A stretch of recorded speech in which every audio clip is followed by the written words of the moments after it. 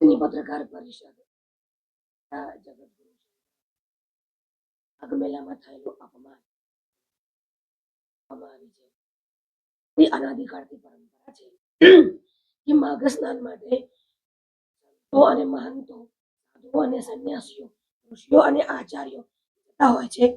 જે પરંપરા શંકરાચાર્યએ ભગવાન આદ્ય શંકરાચાર્યએ 2000 વર્ષ પહેલા શરૂ કરી. એમાં શંકરાચાર્ય 13 અખાડાઓ સહિત સ્નાન માટે જતા હતા. એમાં શંકરાચાર્યની પાલખી નાગા સૈન્ય ઉપાડીને લઈ જતા હતા. એ જ પરંપરાનું પાલન કરી અને જ્યોતિષપીઠના વર્તમાન શંકરાચાર્ય જગતગુરુ મુક્તેશ્વરાનંદ સરસ્વતીજી મહારાજ પણ એમના શિષ્યો દ્વારા પાલખીમાં બેસી અને સંગમ ઉપર ગંગા સ્નાન માટે જતા હતા. ગંગા સ્નાન માટે કોઈને પરમિશન લેવાની આવશ્યકતા હોતી નથી. પરમિશન માત્ર ને માત્ર વાહન પૂરતી હોય છે. પાલખી એ વાહન નથી.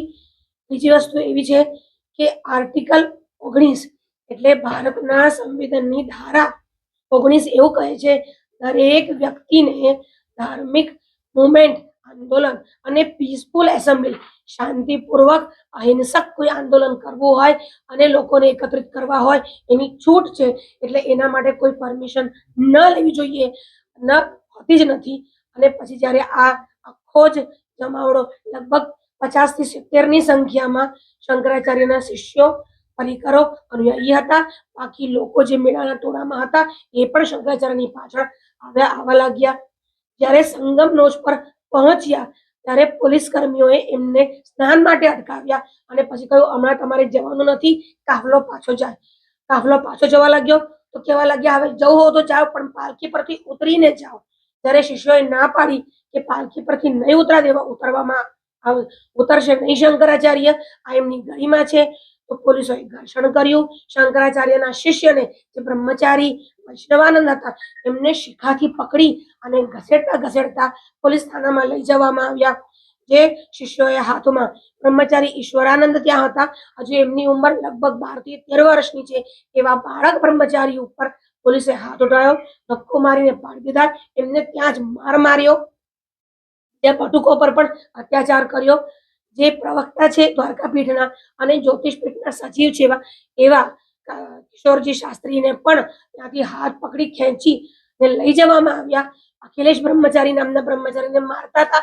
એમને જ્યારે કિશોર શાસ્ત્રીજીએ મારતા અટકાવવાની કોશિશ કરી તો કિશોર શાસ્ત્રીજી પર પણ આ પોલીસ કર્મીઓએ હાથ ઉપાડ્યો. અને આ કોઈ સાધારણ કર્મીઓ હતા જ નહીં, બધા જ અધિકારી લેવલના માણસો હતા. અધિકારી લેવલના વ્યક્તિઓ કોઈ પણ ગુના વગર એવું કહે છે કે બેરિકેડ તોડવામાં આવ્યું. બેરિકેડ તોડવાનો ગુનો હોય તો જુર્માનો ભરાવવામાં આવે, નહીં કે મારપીટ કે હાથ ઉપાડવામાં આવે. અને બેરિકેડ તોડ્યું એવા કોઈ સબૂત છે નહીં. ભીડ દ્વારા બેરિકેડ ખસ્યું છે અને પોલીસ કર્મીઓ જાતે જે એસ્કોર્ટ, સ્થાનિક પોલીસ શંકરાચાર્યને એસ્કોર્ટ કરીને જતી હતી એટલે કોઈ બેરિકેડ હટાવ્યું છે એવા ફૂટેજ પણ છે. છતાં પણ આ કરવામાં આવ્યું. અમારા સહિત લગભગ 25 થી 30 લોકોની ધરપકડ કરવામાં આવી. અમને 4 કલાક સુધી અલગ અલગ થાણાઓમાં રાખવામાં આવ્યા. શંકરાચાર્યને પરિકરોથી અલગ કરી અને મેળામાં અલગ અલગ સ્થાન ઉપર સિવિલ ડ્રેસમાં રહેલા પોલીસ અધિકારી દ્વારા ફેરવવામાં આવ્યા. શંકરાચાર્યની હત્યાની આ અમારી પણ અટકાયત થઈ હતી અને અમને લગભગ 3 અલગ અલગ થાનાઓમાં રાખવામાં આવ્યા. અને પછી 1 કલાક સુધી પોલીસ વેનમાં અમને મેળામાં અલગ અલગ સ્થાનમાં ફરાવી લગભગ 10 અને 20 મિનિટે અમારી અટકાયત કરી અને લગભગ 1 અને 38 મિનિટે અમને લોકોને શિબિરમાં છોડવામાં આવ્યા. શંકરાચાર્યએ નક્કી કર્યું કે માઘ સ્નાન માટે ગયેલા એટલે માઘ સ્નાન સિવાય પાછા શિબિરમાં પ્રવેશ નહીં કરે.